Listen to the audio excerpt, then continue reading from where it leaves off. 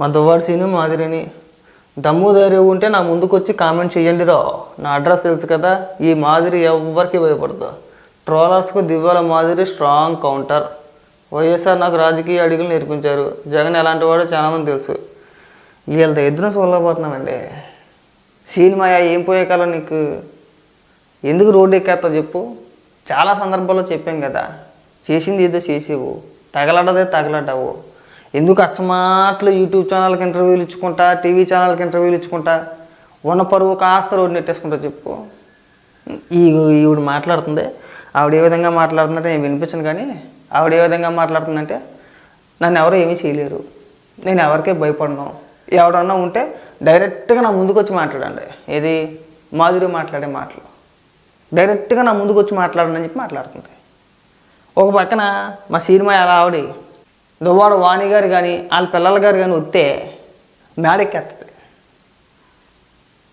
ఈవిడ మేడెక్కేస్తుంది. గేట్లే వేస్తారు. అక్కడ మేడ మంచిగా ఎక్కలే వేస్తుంది.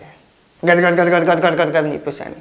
ఇక్కడేమో సోషల్ మీడియాలో ఎదురుగుండా వచ్చాయండి, డైరెక్ట్ ఫేస్ టు ఫేస్ అంటుంది. ఈవిడేమో మేడకి పారిపోతుంది కోళ్ళలాగా. ఆడ రాగానే కోళ్ళలాగా ఎగిరిపోతుంది పైకి, అక్కడి నుంచి కేకలే వేస్తుంది. సిగ్గేమని అనిపిస్తుంది అసలు? నీకు 3 పిల్లలు, భర్త, ఈ పనుడికి 60,000 పైన ఉంటాయి. మా మాయకి 60 పైనే. మీరు ఏదో చేసేది యుద్ధంలాగా, మీరు ఏదో సమాజానికి ఏదో మంచి మెసేజ్ ఇచ్చినట్టు పైగా రోడ్డు ఎక్కేయడం. మా ప్రేమను ఎవరో ఎడదీయలేరు. చాలు గా మాటలు వద్దు.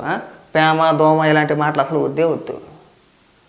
మీకు సమాజంలో మొగమ్మ తుపుక్కు నుమ్మేస్తారని ఇంగిత జ్ఞానం కూడా లేకుండా కనీసం మనం ఉండాలి కదా. ఎంత వయసు వచ్చింది? మా మాయకి 60,000 పైన వచ్చినాయి. 2 కూతుర్లు, ఒక కూతురు పెళ్లి చేసాడు. మనవరాలను ఎత్తుకునే టైం వచ్చింది ఆల్రెడీ. అనుకోవాలంటే ఇంక ఇలాగ అనుకోవాలా? ఇప్పుడు నువ్వేమన్నా చిన్నపిల్లవా అంటే కానీ కాదు.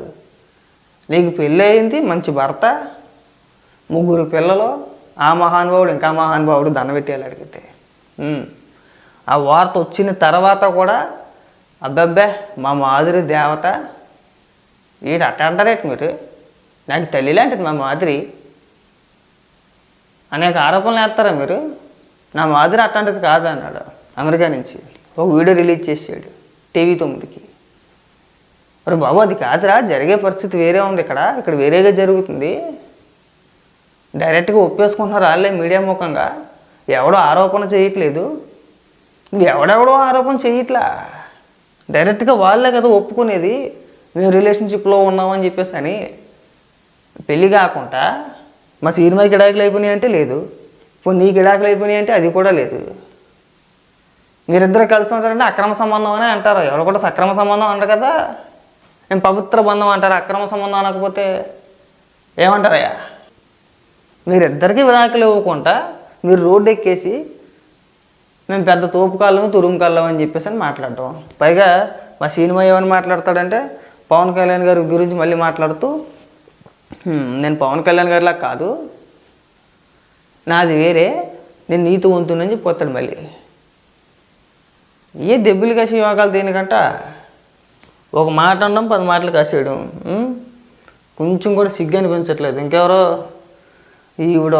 ఎవరో మా లక్ష్మీ పార్వతి ఎప్పుడు ఒకటే వాళ్ళండి. ఇప్పటి నుంచి కాదు, దాదాపు ఒక 20 ఏళ్ళ బట్టి ఒకటే పాట పాడుతుంది. ఎప్పుడు మాట్లాడినా ఏం మాట్లాడినా ఆ ఒక్క స్క్రిప్ట్ మైండ్లో ఉండిపోయింది. ఆ రోజుల్లో చంద్రబాబు నాయుడు గారు అలా చేశారు, ఎన్టీ రామారావు గారిని అలా వెన్నుపోటు పొడిచారు. నేను ఒక్కదాన్నే పార్టీని కాపాడేసిన ఈవిడే. టీడీపీని నిలబెట్టింది నేనే, చావుకు కూడా భయపడలేదు. ఆనాడు ఎన్టీఆర్ సంవాదం నేను శపథం చేశాను. సైకిల్ సింబల్ వల్లే నన్ను రాజకీయంగా దెబ్బతీశారు. చంద్రబాబు, భువనేశ్వరి, పురంధేశ్వరి కుట్రల వల్ల నేను నందమూరి కుటుంబానికి దూరం అయ్యాను. లేకపోతే నీకు నెత్తిన కిరీటం పెట్టేశారు ఎవడైనా కానీ. ఈవిడ ఈ మాధురి ఇద్దరు ఒకటే, ఇద్దరు మనస్తత్వాలు ఇద్దరు ఒకటే, అందులో ఎలాంటి సందేహం లేదు. ఆవిడ గారికి ఏమో ఎన్టీఆర్ గారు బలైపోయారు, మాధురి వాళ్ళేమో మా సినిమా బలైపోతాడు. అది ఇవాళ రేపు ఖాయం. అది కాస్త లేట్ అవ్వచ్చు అంతే, బలైపోవడం ఖచ్చితంగా ఖాయం. అది తెలుసుకుంటే బాగుంటుంది. సినిమాకి ఇప్పటికైనా కానీ రిక్వెస్ట్ ఏంటంటే నువ్వు ఎంత త్వరగా మేలుకొని ఈ రుచులోంచి బయటపడితే నీకు అంత మంచిది.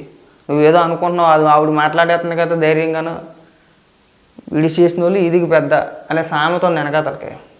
తెలుసో లేదో నీకు, మన పెద్దలు చెప్పుకుంటూ ఉంటారు, విడి చేసింది ఈదికి పెద్ద అని చెప్పేసి ఒక సామెత బాగా గుర్తుపెట్టుకో.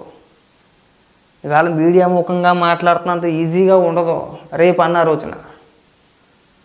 ఒక వయసు వచ్చిన తర్వాత అంత ఈజీ కాదు. మేము ఎవరికి భయపడంటే ఎవరికి భయపడ్డు. మనం అన్నీ వదిలేసుకొని సిగ్గి శరాలు వదిలేసుకుంటే మనం ఎవరికి భయపడవసరం లేదు. అయ్యో మీలాంటి వాళ్ళని 10 మంది ఆదర్శంగా తీసుకోవాలా, అప్పుడు కానీ దరిద్రం ఉండదు, అప్పుడు కానీ దరిద్రం వదలదు. ఇప్పుడు మాధురి ఉపన్యాసాలు చెప్తుంది, తనకు 3 పిల్లలు. తన 3 పిల్లలను కూడా ఇగో నాలాగే ఉండండి, పెళ్ళిళ్ళు చేసుకోండి, ఒక 2-3 పిల్లలు కనండి, కన్నా తర్వాత మీకు ఎవరైనా నచ్చితే మొగుడికి విడాకులు ఇచ్చేసి వాళ్ళతో వెళ్ళిపోండి అని చెప్తావా? చెప్పలేం కదా మనం. ఎందుకు చెప్పలేం? పైగా ఇక్కడికి వచ్చి ఉపన్యాసాలు పాఠాలు ఒక్కొక్కసారి నవ్వుతూ ఉంటుంది. ఎందుకంటే నేను చెప్పాను కదా ఇందాక, ఒకవేళ మా సినిమా ఆవిడ కానీ వాళ్ళ కూతురు కానీ ఇంటి వరకు వచ్చారనుకో, గేట్లు వేసేయండి, డోర్లు వేసేయండి, ఈడు మేడ ఎక్కేస్తుంది బాల్కనీలోంచి, అక్కడి నుంచి కేకలు వేస్తూ ఉంటుంది. అక్కడి నుంచి పెద్ద పెద్ద కేకలు. మరి వెళ్ళొచ్చుగా ఫేస్ టు ఫేస్, వాళ్ళ కిందనే ఉన్నారు కదా, వాళ్ళ గేడి దగ్గరే ఉన్నారు కదా, వాళ్ళ దగ్గరికి వెళ్ళి ఫేస్ టు ఫేస్ మాట్లాడవచ్చు కదా. పొర్లించేస్తారు కిందనేసి, నేలనేసి. అర్థమైందా? చింతపండు పచ్చడి చేస్తారు అక్కడికి వెళ్తే కనుక, అక్కడ కిందకి వెళ్తే. పైగా నేను సోషల్ మీడియాలో ట్రోల్ చేస్తున్నారని చెప్పేసి అక్కడికి వచ్చి పెద్ద పెద్ద మాటలు. ఎవడో నన్ను ట్రోల్ చేసేది, నేను ఎవడో ట్రోల్ చేసేట్లా అగో చేపిస్తున్నారన్నమాట. సమాజంలో దొరికిన మరొక వజ్రం అని చెప్పేసి అని. నీలాంటి వ్యక్తులను 10 మంది ఆదర్శంగా తీసుకోవాలని చెప్పి చూపిస్తున్నమాట ఇక్కడ. నిన్ను ట్రోల్ చేస్తే వచ్చేది బొచ్చు ఎవరికి వచ్చేది ఇక్కడ. కాబట్టి ఇలాంటి పనికిమాల ఉపన్యాసాలు ఎవరికి ఇవ్వమాకండి. ఇలాంటి ఉపన్యాసాలు ఎవరికి ఇవ్వమాకండి. కాస్త ఈ మీడియాకి లేదంటే ఈ ఇంటర్వ్యూలకి ఎంత దూరంగా ఉంటే అంత మంచిది. మీరు ఎంతకి వెళ్ళుకుంటే అంత మీకే నష్టం. మీరు దూరంగా ఉంటేనే మీకు మంచిది. మీ పేరు పెద్దగా కనబడదు, మర్చిపోతూ ఉంటారు, ఒకటి వదిలేస్తూ ఉంటారు. మిమ్మల్ని శాశ్వతంగా ట్రోల్ చేస్తారనో లేదంటే ఇది చేస్తారనో ఏం ఉండదు. కొన్ని రోజులు పోతే ఆటోమేటిక్గా అందరూ మర్చిపోతారు. మీరు ఎలా కెలుక్కుంటే అందరూ కానీ అలాగే మళ్ళీ మాట్లాడతారు. మన విషయాల్లో మనం ఎంత మూసుకొని కూర్చుంటే అంత మంచిది. సినిమా నీకు మళ్ళీ చెప్పను, ఇది నీకు లాస్ట్ అండ్ ఫైనల్. నీకు పదదాకా చెప్పి నాకు చిరాకు వస్తుంది.